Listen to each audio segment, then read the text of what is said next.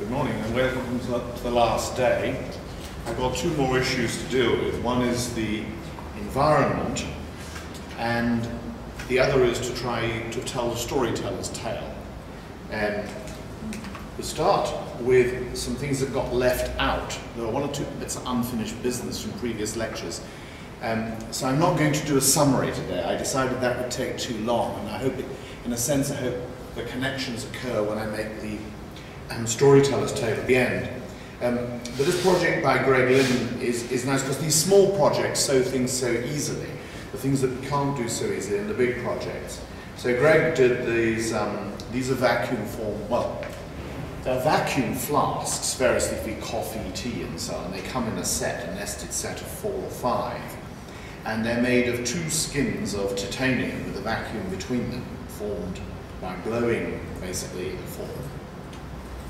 And he used all the techniques we've been talking about, but to do something very simple.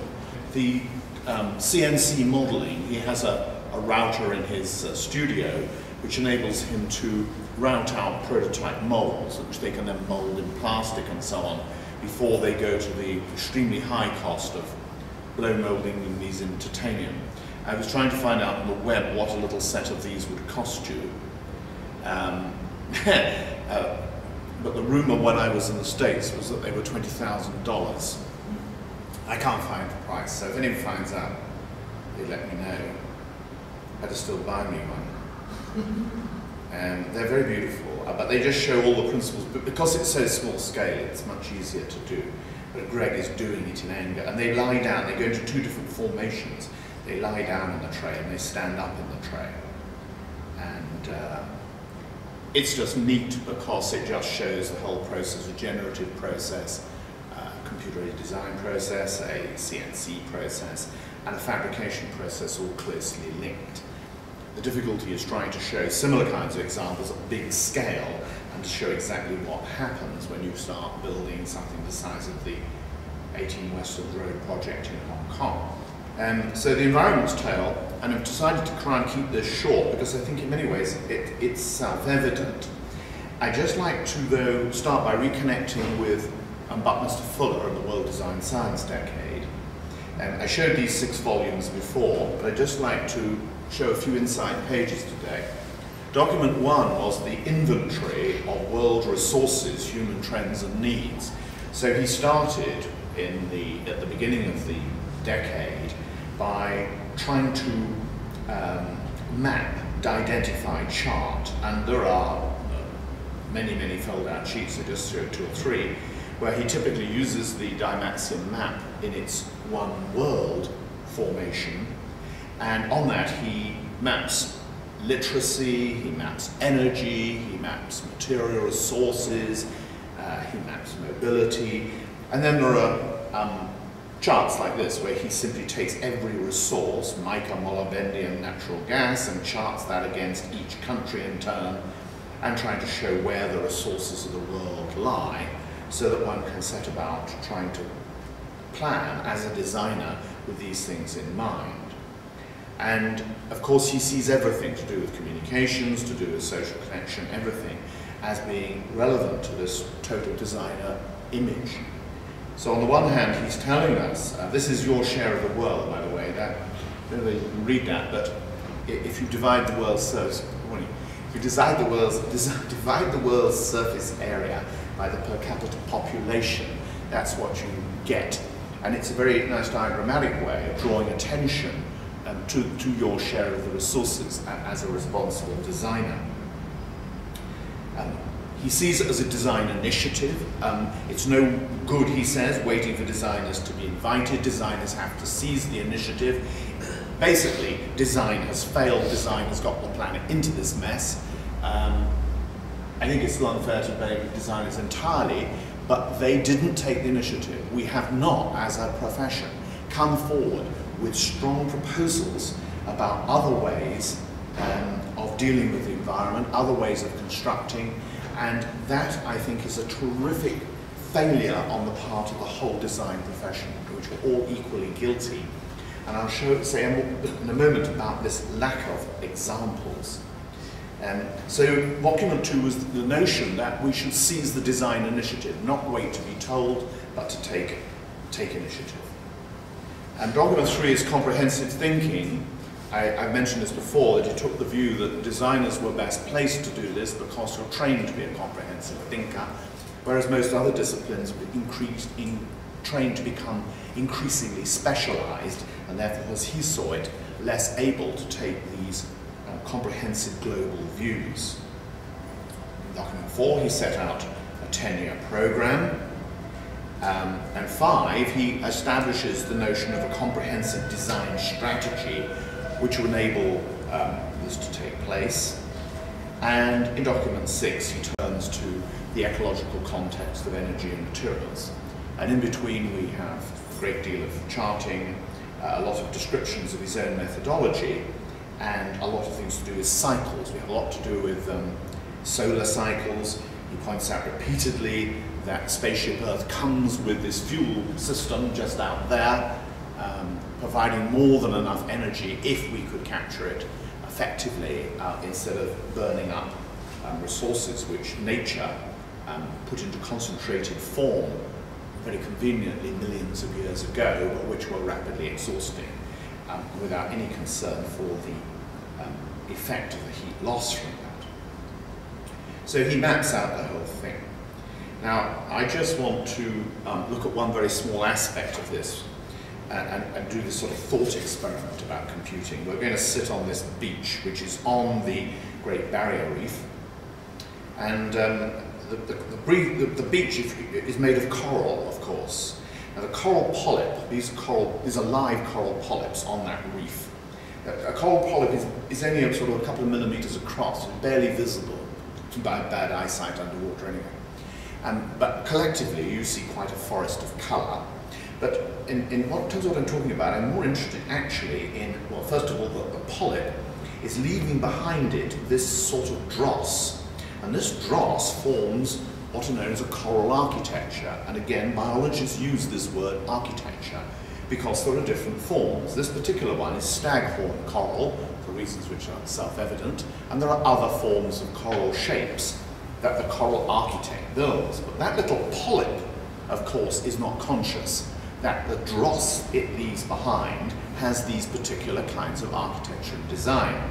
So that raises an interesting question about where the information is in the system. How does the polyp know that it's meant to be designing building staghorn coral? And the other nice thing about the barrier reef is, of course, it has inhabitants that interact. Without the inhabitants interacting, it is nothing. It's not an ecosystem. And an ecosystem, every player must have some advantage, and there must be mutual advantage and mutual cooperation and mutual competitiveness that drives the ecosystem to develop. Without these ingredients, it's nothing. And then the environment plays a role, because as the coral, not just below water but above water now, the wind forms waves, and the waves break the top off the coral that comes up through the water, so that the coral reef finishes up dead flat with the water level, which is why inattentive boats don't notice it and frequently go around on the ground on coral reefs. The coral reefs collectively stretch for, I've forgotten that, several thousand kilometers, and make it arguably the largest constructed object on the planet. I'd like to ask you to think whether you think it's a natural or artificial object. It didn't grow, so in that sense it's not natural. It was created by living things, but then so is anything we build. How would you sort of position it relative to, say, the Great Wall of China, which is about the same length, I think? Apparently both visible from the moon, or so we're told. And in between the coral reefs, the broken off coral makes little coral atolls, and that makes the beaches, and when you look closely at the beaches, you find indeed it's pieces broken off coral. So this object is created entirely by the interaction, the information, the genetic information in the polyp that's making it make the coral architecture, its interaction with the citizens of the reef, that is the fish mainly, and its interaction with the wind and the waves, and that is forming this object. So here's, to my mind, quite a nice metaphor to start with. And then, of course, we marvel at nature's ingenuity when faced with the problem of making a stable tree foundations on such an unstable, shifting subsoil, broken coral. It responds by sort of ad-libbing with a few props. Now, that information in the polyp we now know is stored in the DNA, and that, of course, is the next source of inspiration from the environment, is that economy of means. There are just 4 nucleotides in the DNA, and the permutation of those 4 in pairs gives us all the variety of human life, animal life, vegetable life on this planet. And as I said before, we have a very considerable part of our genetic information is in common with other animals. Spinach, I happen to know it's 30% of us is spinach. I don't know the figure for coral polyps, so if anybody comes across that, I'd like to know how much we share with the polyps. But I have a little mystery too, and I've asked this question several times, which is, why was it so significant that it's a double helix? Because this is very elegant and it caught the public imagination. The model on the left is a reproduction of Crick and Watson's original model, 51 years old, 52 years old, and on the right a more recent replica.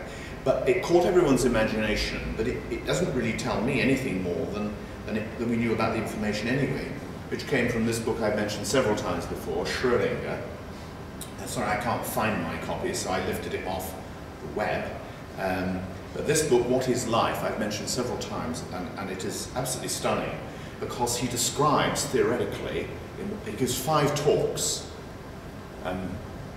I would like to say they were the inspiration for these, but his are such a much higher order of clarity and intellectual inquiry.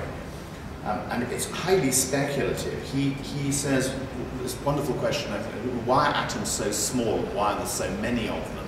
And works out statistically that the information that controls us, the DNA, has to be a crystal, it has to be a particular size, it has to have so many million elements in it to be able to describe the complexity of nature and so on. He just works this out statistically. It's the most extraordinary book. Plus, as I said before, the bit I really like, which is that you run on ordered molecules, which you then waste as heat energy as they become disordered. So life is a fight against disorder. Everything we do to generating things is working uphill against the second law of entropy, which is trying to run it all down in waste heat energy.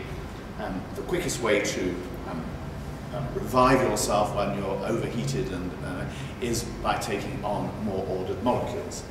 And the most ordered molecule I know is neat vodka. Don't think it disorders you. So that polyp somehow has a set of code in it. The question is, how did it get to that? And of course, nobody ever planned or designed the Great Barrier Reef. They probably never designed staghorn coral. It has evolved, and that process itself is of awe-inspiring nature.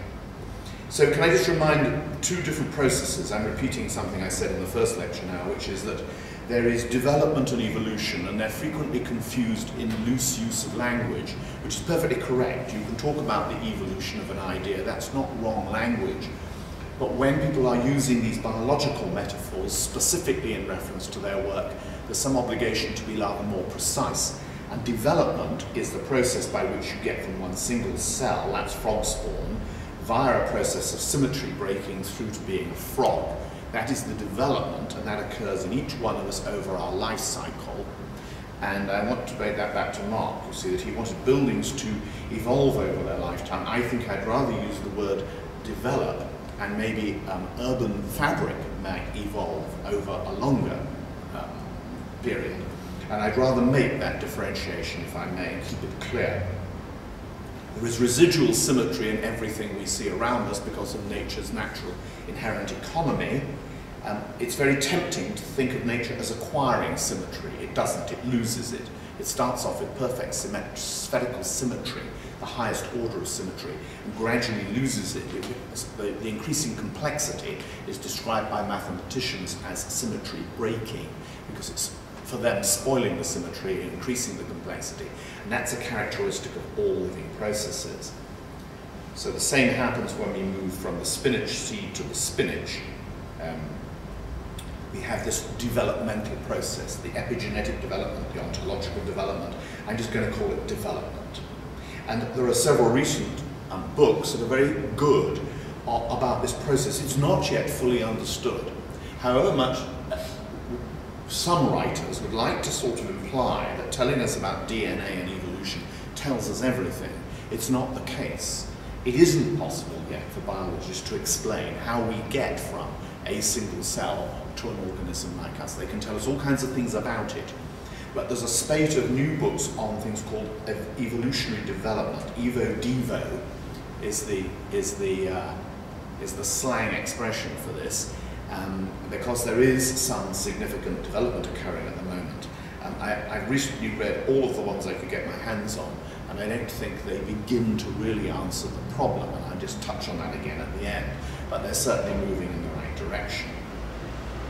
So evolutionary and developmental biology, and of course the evolutionary side of this is on long time scale.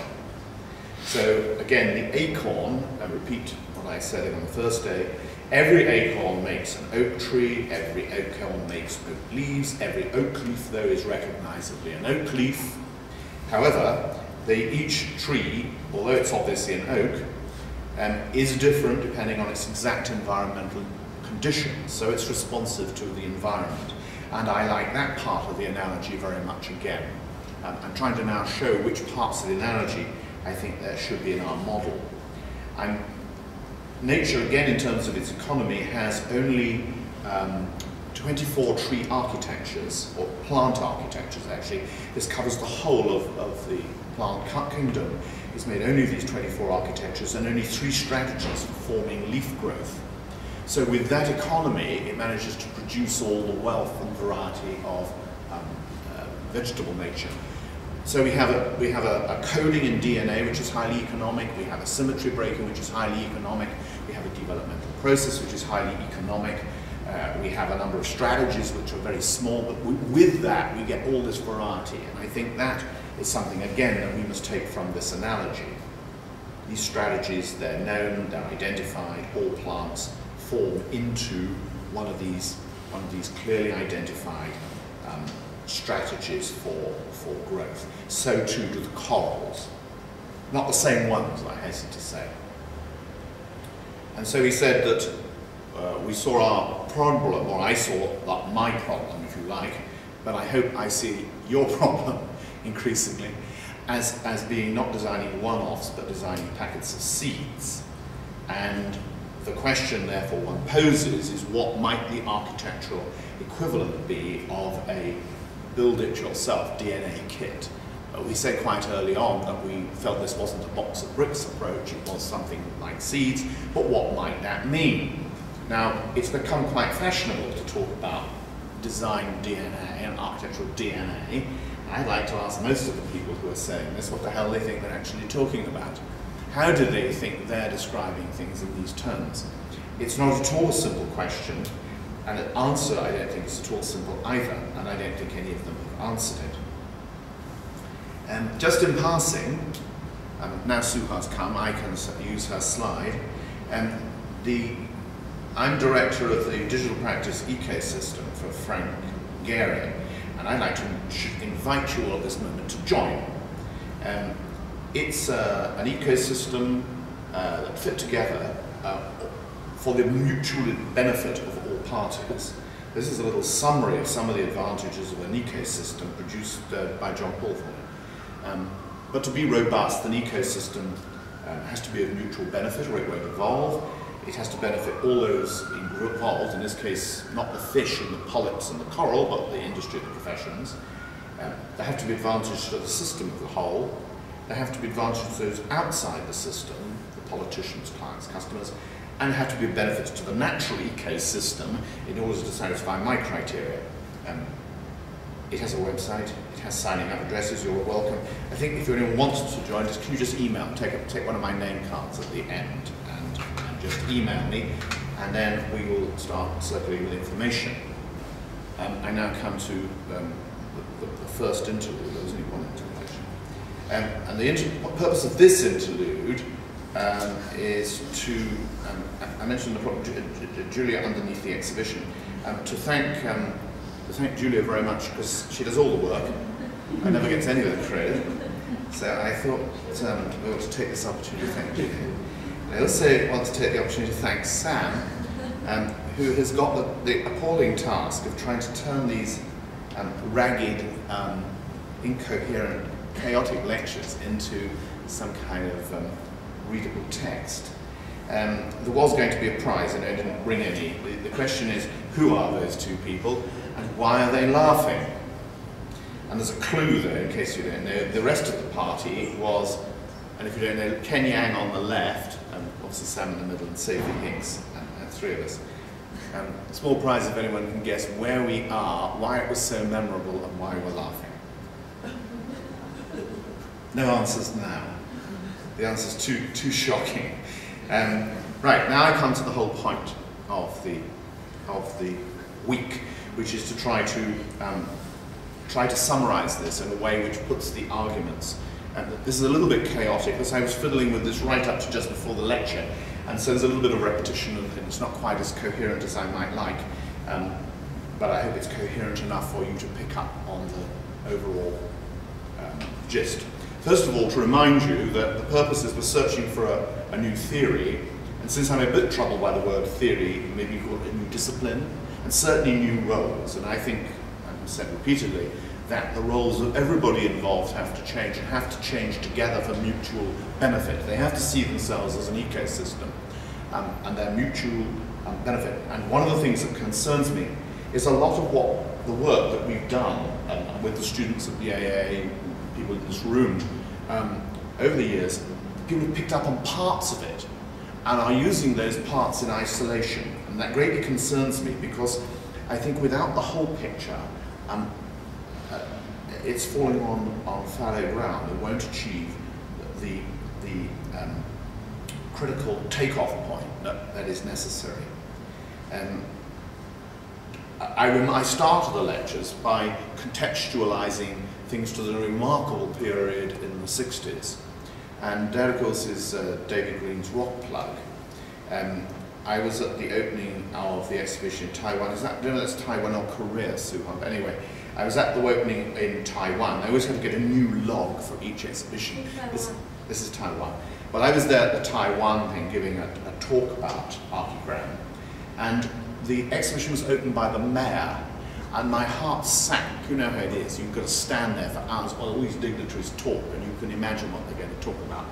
But on this occasion, something extraordinary happened. The mayor leapt up and said, "Have you seen this? This is unbelievable. I've just been in there, and there is a log, and there's an internet point in it, and there's a connections for information systems and electricity." And he said, the date on it was 1965. How did David Green know about the internet in 1965? He was really excited. The GIST mayor got the point totally. He was so proud that he hosted this exhibition in Taiwan, and absolutely shocked by the dates. And I think part of what we've been saying is that somehow everything then stopped around about 1973 with the oil crisis and Margaret Thatcher, as they put the dampers on everything, imaginative and creative and developmental. And everything went into limbo. The other thing I said before was that if you look at AEDs and so on that era, you get the impression that you are already using computing, which was not true. David imagined it all, and David is still talking about it in a creative, imaginative way. He's not doing it. And I think that's extremely interesting. So the rock plug and the log plug stand as symbols of an idea, of a thinking in an era where things are going to be pervasive computing, information everywhere, the notion of the internet, the old notion of a different lifestyle. They're camping these are placed in open parkland. The garden has become the house, and all those other things that they were on about. It's now started to become technologically feasible. It's taken 40, 50 years. This is the mayor of Brighton, I think. think it was, sending the first internet message from the newly wired up park bench on the seafront. They've wired it up to the internet so that you can sit there and type it. So they did it, rock plug, 40 years later. I'm in the garden with my hammock. Wi-Fi will do just as well. And from that, photograph was taken when I was writing the article for Sam about the 60s. We sent the article, wrote the article from the hammock, sent it from the hammock, sourced the photographs from the hammock, and that becomes the office. So rock plug had happened, but it had taken all that time. And even more so is this photograph. This is the other bit of it. This is Chris Ciccato at some 30,000 feet over India. I'm just going to toggle between these slides. He's on his laptop, and here's his computer. That picture there is me in the hammock. And I am talking from the hammock to Chris at 37,000 feet over India. This is technology actually gone mad, but it means it's finally totally right. I've got total global communications of anything to anything. It's quite mad because you have to send a signal from your first class seat along the seating onto a gyro tracker on the roof of the plane, which tracks the satellite by gyro technology, sends the thing to the satellite. The satellite beams it back down to Earth. From the Earth it goes through the internet. From the internet it finally arrives in my house, and from then it goes back onto a radio system to get to me in the hammock or whatever. I mean, this is totally ridiculous at one level, but what it means is really that the technology's finally caught up. The computers are pretty well portable. They're pretty well so cheap that most of the developed world can afford them, and it's very rapidly changing in the underdeveloped world. For example, Nick Negroponte has the $100 computer project at the moment, where they're desperately trying to produce lower and lower cost computers so that everybody can have ubiquitous access. And Neil Gershenfeld, I mentioned, who's putting these fab labs all over the place, which are going to be able to reproduce themselves. So there's a big move to make this more globally accessible, rather than just to the privileged few like Chris who can manage to get a first-class seat. So what's available to some people this year will be available ubiquitously very soon. So computers will get smaller and they'll get easier to use, and they'll get very, very, very much more powerful. Hence the question I posed yesterday, which is what are you going to do with all that power? Architects got left out first time round and weren't asked the question, what did they want to computerize, what was their problem? The computer was almost imposed upon them with a lot of other people's assumptions about what it might be useful for. And the point I made yesterday was that they computerized the easy bit, not the difficult bit, and it's been applied to the wrong thing, just like industrialized building was applied to making the wrong parts. They made the parts that are easy to do on site in a factory where it was much more expensive, and left the difficult bit, which is fitting them together and the high tolerances on the joints and so on, to be done on the site under appalling weather conditions. Totally upside down logic, and I think the same thing has happened with computing. So it's ubiquitous, and it's going to become invisibly small. You'll be able to communicate with it by any means you like. The question is, what would you like? Why have you put up with keyboards so long? And I said yesterday, again, it's the minute somebody's finally got rid of the laptop, it will be obvious what was going to come next. But it's not obvious now, I would suggest. I'm not even going to waste your time saying what I think is going to happen, because I'm more interested for you to think what you think is going to happen. I think everybody has to ask themselves this question, and I'm much more interested in what they're going to be doing with it. There are plenty of people in this audience who are going to be using equipment which is going to have made the same leap, but probably orders of magnitude more in their lifetime. So what are you going to be doing with it? How is it going to be improving things, and for whom? Other examples of doing things globally, global virtual reality came up, but using this as a means of conducting discussions globally. These systems were very expensive. That one cost $14 million when it was put in, but you could do it without all that fuss. Julia managed to reproduce a similar functionality at the AA on a fraction of that budget. This is a crit between Hong Kong students and Japanese students on one occasion, on AA students on another. And they're using the different projectors to talk to each other by video and by virtual reality. This one, if I can make it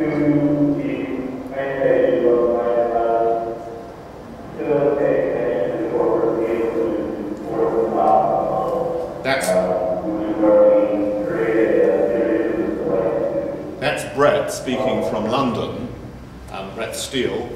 What's happening here, this is in Hong Kong. The shadows you see here are people in Hong Kong. The speakers there are Moisener. This is a student at the AA end of the system describing his project here. And the fly-through here is being generated from the Hong Kong end because only Hong Kong had a powerful enough computer to generate such a fly-through. So the size of it, the fact that Moisener and myself standing here are about the same size as Brett and people at the other end, is crucial to these kind of systems, so that you are able to share a reality.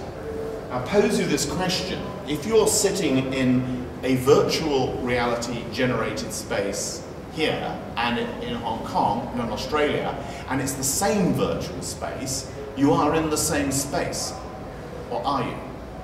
Because what they do is that all the data's at each end and they just do the instruction to pan left or right, so as you move around, everyone is seeing exactly the same thing. In this case it's split. The view here is being generated. This is video. The students at the AA end haven't got the power to do this, so they're seeing a video image of this projected back from the Hong Kong end.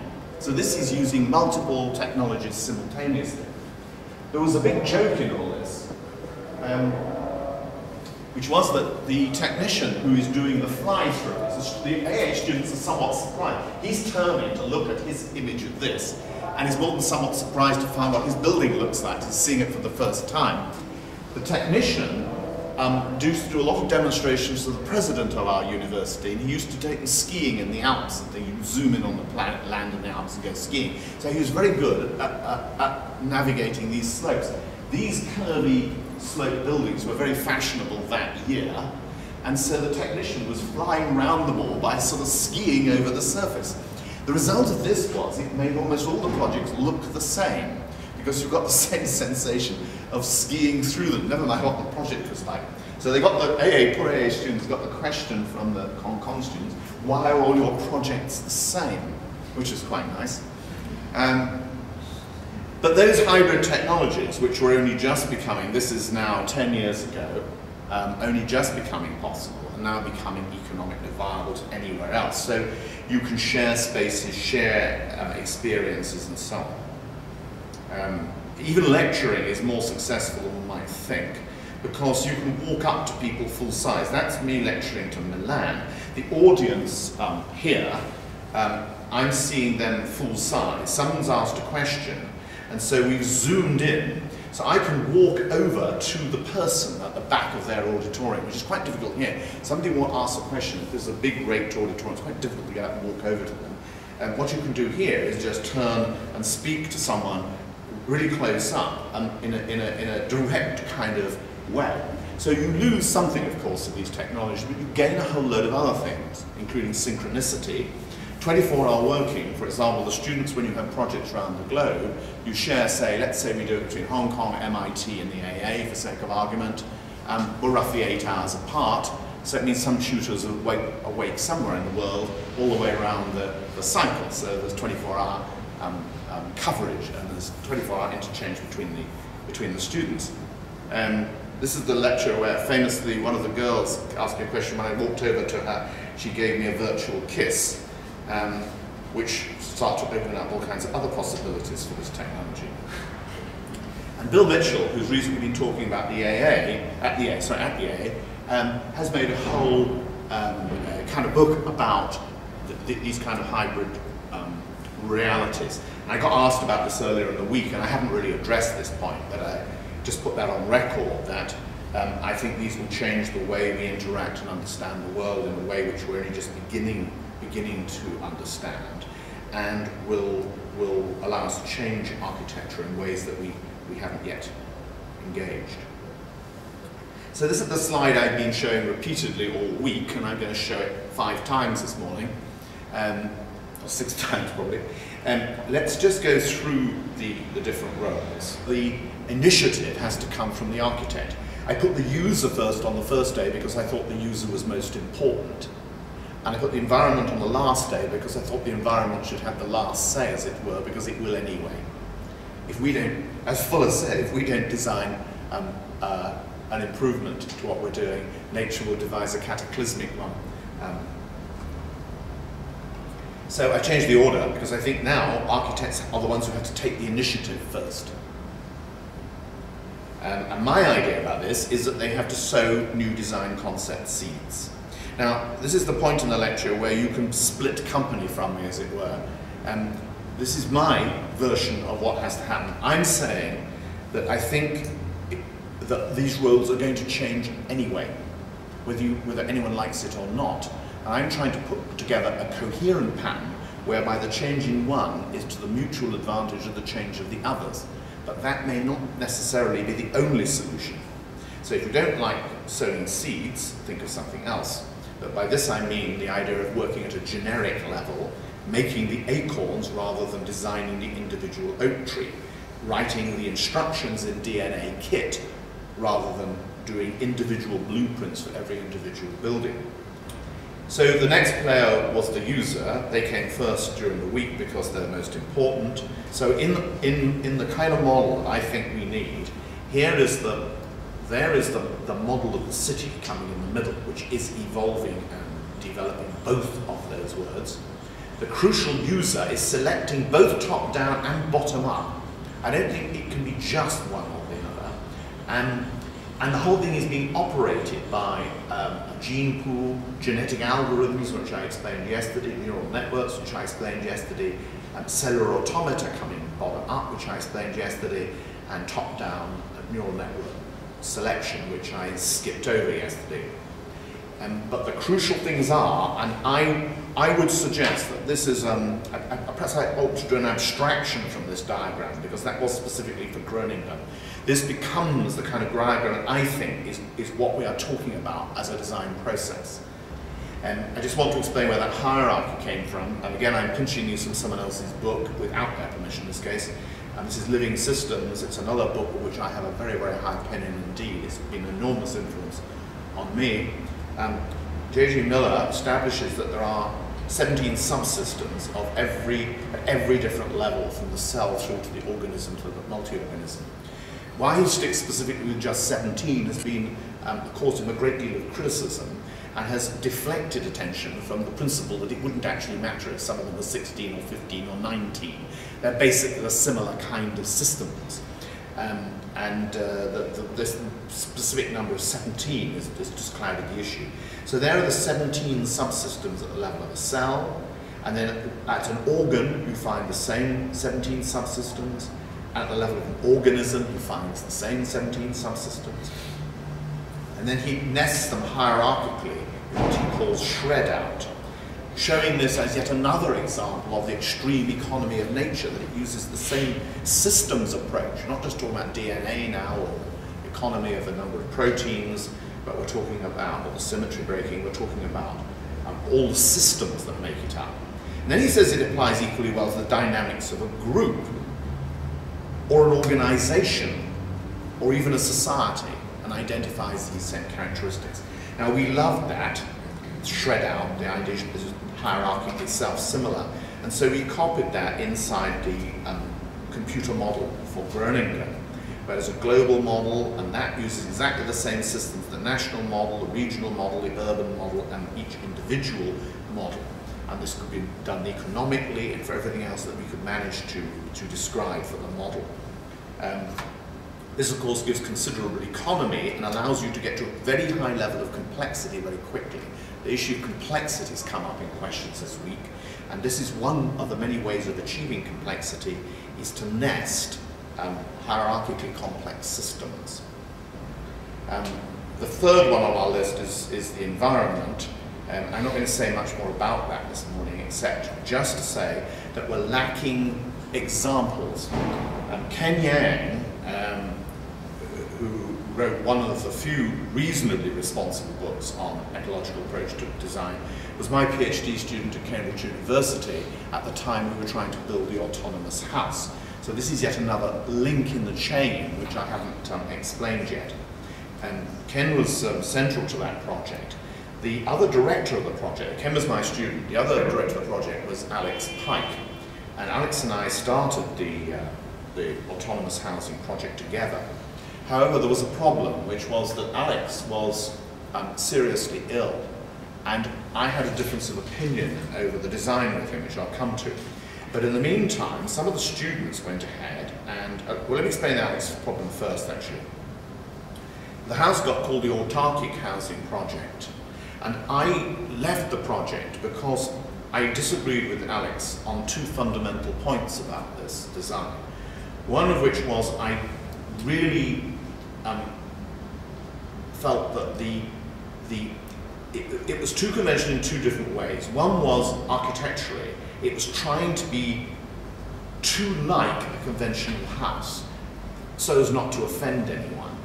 And more problematically, it was trying to be too like the kind of pattern of life that they would lead inside it. And I said that I felt we needed something, a very much more dramatic demonstration of a change in lifestyle, and I thought we needed a much more radical change in the outside design. Alex said it would put people off. Because I knew he was dying, I left the project. So I felt myself in some difficulties over this. If he'd been fit enough, I think we would have struggled on and tried to influence this design and change it to something much more radical. But Alex wasn't that kind of person. Anyway, he did die before the project was completed, so it never got built anyway. In the meantime, I'd moved on. But in the meantime, some of the students associated with it built this thing. This is the Brenda and Robert Vale's house, which has become a kind of symbol of that kind of thing instead. And again, I have the same problem with it. The ridiculous diagrammatic nature of the project has been endlessly repeated around the world. It has a north side with small windows and heavy insulation, and a south side with solar collectors on the roof and conservative growing plants and collecting energy and so on. And this diagram has been endlessly repeated all over the world, and nobody seems to be coming up with alternative versions. John Paul the other day was saying that there was a real shortage of alternative images of what such an autonomous house might be. So that's a problem, which is lack of examples, because people copy examples rather than the underlying principles. So how to break away from that? And one of the ways I think one could break away from it is to try and run my analogy backwards. First of all, to talk about advanced evolution and how do we get back to the seed and how the developmental processes of biology really work. Just think of it like this. Instead of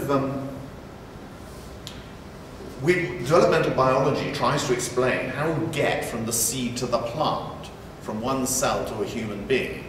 Supposing you approach it as a designer the other way round, and you look at a human being or a tree and think, how would I make the seed for that? How would I code that information? That's a designer's problem, not a biologist's problem. And I think it's some of that thinking that we need to get ourselves out of this rut. And the means of construction change, and there's again not much point in repeating all that, but again it seems to me absolutely crucial to achieving anything, because as we have access to computer equipment which can form and reform things economically and locally on smaller and smaller pieces of equipment, disaggregated models eventually, gives us access to alternative construction methods which enable us to achieve some of the things that we would like to do. So again, I see this as a crucial ingredient. But our way through this was to think of architecture as being an artificial life form. And that got discussed in all kinds of places, amongst other things, in Margaret Bowden's book, The Philosophy of Artificial Life. Now, it's become again, unfortunately, fashionable to say architecture is an artificial life form. And again, I'm very uncomfortable with most of the other people who've taken up using this term. There are things I think that apply to everybody and aren't anything to do particularly with what I'm saying, but are relevant to the atmosphere of what I'm saying. Fashion goes in and out of being concerned with participation, and I think we're at a moment where there is again increasing interest. The internet has re-empowered people to get past experts. It's empowered people to do things themselves. And I think in that spirit and that mood, there is a kind of demand from people to participate more. Secondly, I think the environmental imperative has got to the point where this is going to become a major political issue worldwide over the next few years. Really major political issue. And my view on this is both, again, good and bad. It might well be that politicians realize that building construction using something like 50% of the world's energy is a softer target than transport and is easier to do something about and might be politically more acceptable. So if this got played right, this might be the very moment to push politicians into doing something about this, albeit not necessarily for quite the right reasons. The third thing, which I think applies to everybody, whether they agree with any of this or not, is that you're going to have access very soon. They're becoming available to more active computer tools. And that means that a lot of the things I've been talking about become easier for everybody else to do. These things move from being in research labs into being tools of practice very, very quickly. We saw that happen with the whole of drafting and modeling. It's going to happen again with these more powerful generative and evolutionary tools. There are already several pieces of software on the market that pretend to do some of it, not very well yet, not very easily yet, but it's coming very quickly. And the fourth thing is the notion of ubiquitous computing, where we could have one almost seamless computer. And of course there are those people who talk about nature in these terms, and therefore you could see something seamlessly between the two. So I think these apply to everybody. These aren't specific to what I'm saying. And I think everybody has to take a view on how they think these will impact upon what they're doing. There are also becoming available much more specific tools and techniques. That's a sub-list, if you like, of the intelligent tools in the previous list. The fact that computer software will learn to become more intelligent for itself. It will do this by working interactively, and so on. I think we're in for a major leap forward in both our expectations and the delivery of software. But my position, let me just make clear in that what the view I personally take on that. And on that list, seeding, I still believe that the best answer is for the architectural concept to be put into the system in generic form. I think that's natural to the way architects work, and I still think that you get nothing out of nothing, that you have to put something in and it requires intentionality. I think that the roles of everybody has to change, as I keep saying, and they have to change simultaneously. I particularly, as you are also come by now to realize, like my own autotectonic model, but I appreciate that's not everybody's taste. So my question to you, if you don't like that, what would you do instead? If you don't agree with my idea about the roles of the user and environment, what would you suggest instead? If you don't like the idea of seeding generic concepts, how do you think ideas are going to get into these systems? A more detailed point still is the use of this particular isospatial data system with the spheres, which I've also come over my many years of doing this to believe is the most elegant and successful way of doing it. I know that everybody else does not necessarily agree. Fine, just do it better. Universal state space model is a particular way of looking at architecture, saying that we have these models which are logic states in space, and we can model buildings as logic in space, and I call that the universal state space modeler, and the only reason I don't say that too often is, as you can tell, I can never manage to say it. But the universal state space model is one way of describing architecture, which instead of with drawings or with specifications, and it has the advantage that it has all the information but is also dynamic and can evolve and can be tested. If you don't like that, how else are you going to, what are you going to propose instead? And finally, that architecture is seen as a form of artificial life, actually working inside the environment as a total ecosystem. So that's broadly speaking my position, and I hope over these lectures I justify how these different bits fit together.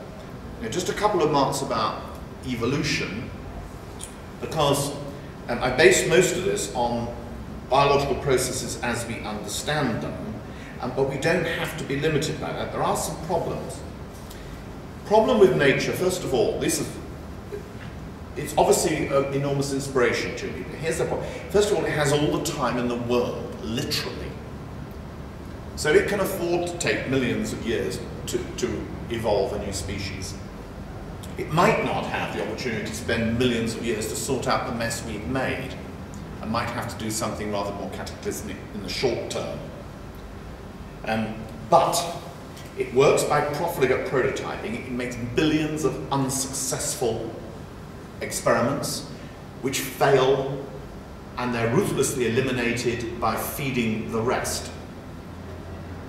The last statement is intended really just to irritate American audiences.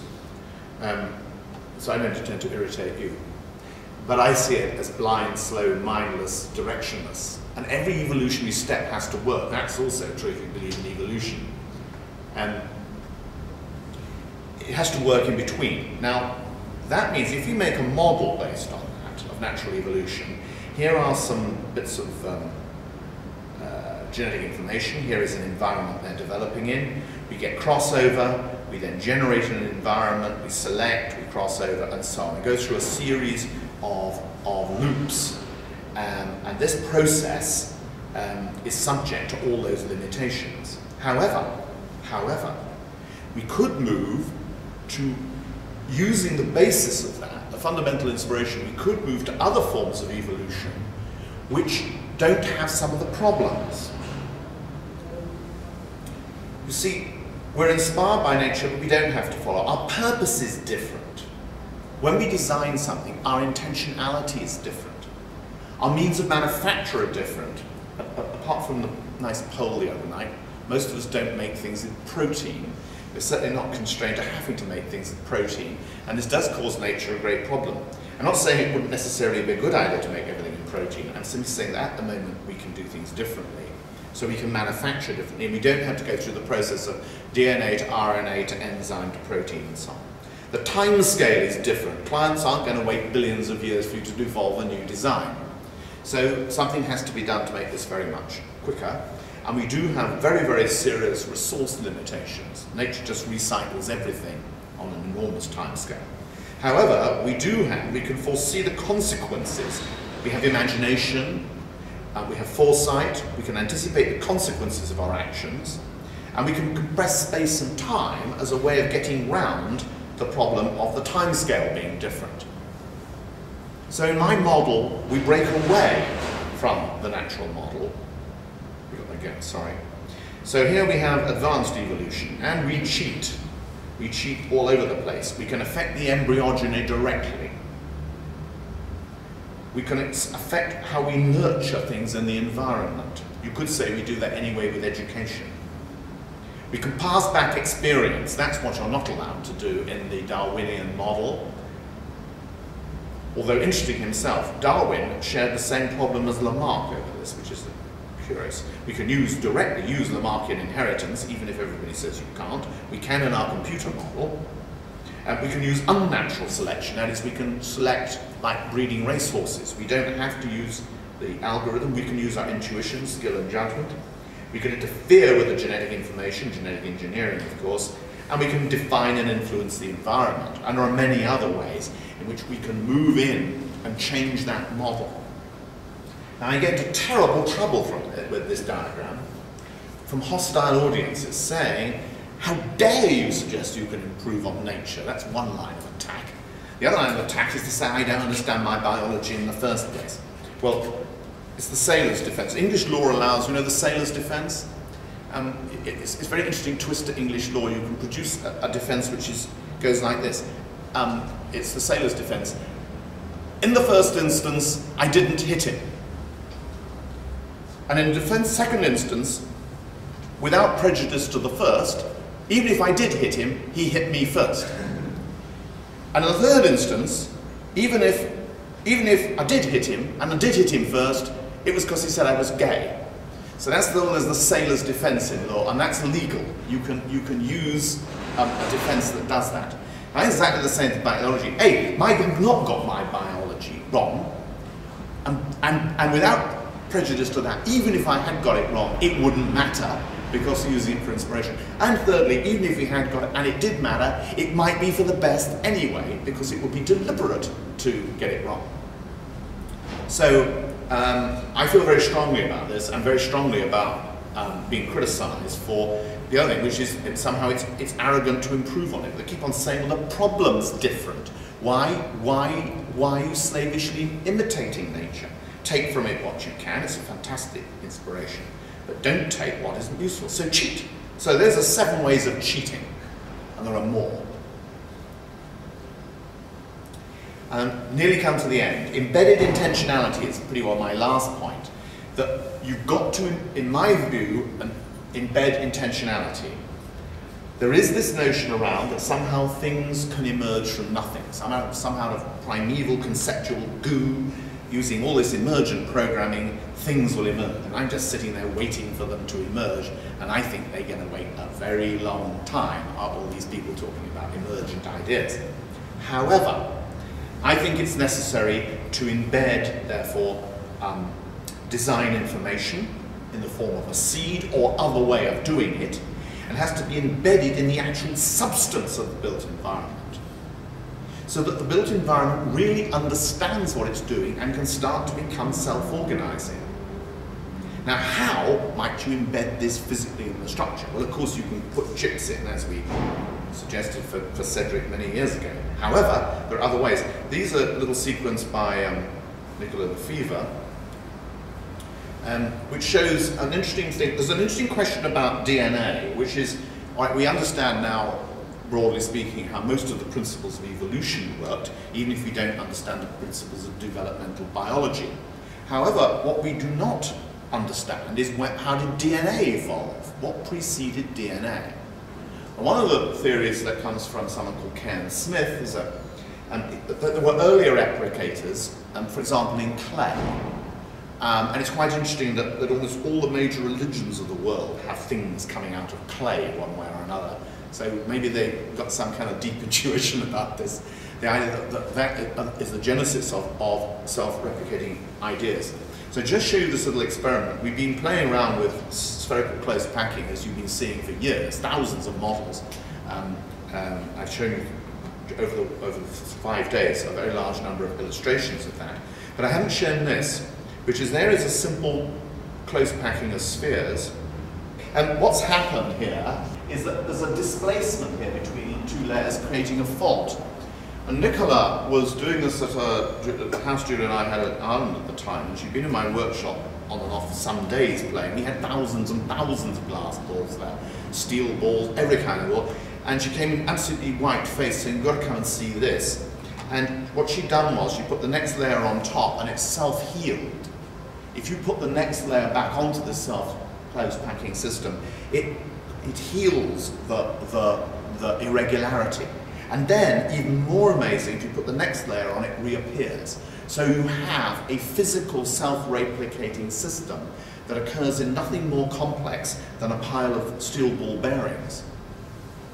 This is the most extraordinary thing, and Nicola and I have been exploring this on and off ever since this discovery of hers. And it's much more exciting in 3D, she was over in Hong Kong with me only 3 years ago, and we built an enormous number of ping pong ball models only after she left, because I noticed something that we again overlooked before, which is that actually the outside of these models explains the inner coding of the message. And you could just convince yourself by looking at a sequence of patterns like the ABCTG of DNA. It's really, really extraordinary discovery, and Nicola and I will write this up soon, which is why it's not being published at the minute. But she made while she was a student, she made this rubber cast of the fault line, and that's the fault. And the thing is, the idea goes like this, that if you have a crystal structure which is all identical, there's no information. Information only occurs in difference. Otherwise it's white noise. In white noise, there's noise but you hear nothing. If everything's the same, in uniformity, there is no information. Information is in difference. Information is in faults. Information is in... So these are fault lines in the crystals, and so you may be looking there at your earliest relative, a fault in a close packing structure in some mineral substance. So I'm not saying this is necessarily the answer. What I'm trying to say here is that we're looking at ways in which you could actually embed, not just putting electronics in things, but into the actual materiality of things like clay pots. So there's a paper of mine called Towards the Intelligent Teacup, and everyone was horrified to discover halfway through my presentation that I meant it literally. They thought this is some kind of joke. Oh no, I was saying no, we could actually make the clay, we can have memory systems in the clay. We can have, and of course it's true already. You have shaped memory metals. You have the memory of folding Japanese swords. All these things are already there. There's nothing earth-shattering about this. Nicola just found one way of showing a very, very neat and elegant demonstration of this. So embedding somehow the understanding into the subsystems and getting the whole system to interact with evolution itself seem to be vital ingredients in the total model, the merging of the natural and artificial environments, and in a seamless manner seems to me another minimum requirement. 3 last slides. The person who put the titles together for me from the Pasolini film, it's called Veronica Volk, Zizi, and she said there are 3 missing stories. Well, I wasn't going to give 3 more lectures, you'll be pleased to hear. But she said, one of these is this John's story. This guy, what is my view on this? And I got talking about this with David yesterday in the bar, and David, I'd stopped building, and I explained that in one of the early lectures, because David imposed this moratorium on construction, and I thought he got it dead right. Well, I decided that since I don't like anyone else's examples, and we never got round to building the autonomous house for the reasons I've explained, it's about time I did it. So, John's tale is that John is going to renounce, I'm going to renounce the moratorium on building and go back into trying to construct my idea of what would be viable demonstrations of some of the things I'm talking about. I think I've got far enough with building the theory and the computing and the tools. I think the moratorium is off. I want to read a quote from An Evolutionary Architecture. This is the closing quote of the little book, which you can now get for free. The last paragraph reads, this we wrote in 1995, but let me read 2 paragraphs. How patient are you? An evolutionary architecture will exhibit metabolism. It will enjoy a thermodynamically open relationship with the environment in both a metabolic and a socio-economic sense. It will maintain stability with the environment by negative feedback iterations and promote evolution in its employment of positive feedback. It will conserve information while using the processes of autopoiesis, autocatalysis, and the emergent behavior to generate new forms and structures. It will be involved with readjusting points of disjuncture in the socio-economic system by the operation of positive feedback. This will result in significant technological advances in our ability to intervene in the environment. Not a static picture of being, but a dynamic picture of becoming and unfolding. A direct analogy with a description of the natural world. Our model will derive order from its environment. That's the absorbing ordered crystal molecules. Will derive order from its environment and be controlled by a symbiotic relationship with its inhabitants and that environment. It knows the coded instructions for its own development and is thus, in a limited sense, conscious. It can anticipate the outcomes of its actions and therefore can be said to have some intelligence. All the parts of the model cooperate, and in that sense it can be considered as an organism. But it will only fully exist as such if it is a member of an evolving system of organisms interacting with each other as well as with the environment. Our new architecture will emerge on the very edge of chaos where all living things emerge, and it will inevitably share some characteristics of primitive life forms. And from this chaos will emerge order. Order not particular, peculiar, odd or contrived, but order generic, typical, natural, fundamental and inevitable. The order of life. I don't shift that position one bit, and I hope the last 5 days I tried to give you enough to understand why I believe that it's now possible to achieve this. The other story was the Joker's story, the Joker's tale. Somebody asked me about whether, they said, but you're saying nothing will emerge from nothing, but you said in your book it might, and it's true. Could the rules in the sea also evolve from nothing? What I said was, all those people that I knew trying to do this, sitting around, could wait as long as they liked, and I didn't think anything would emerge.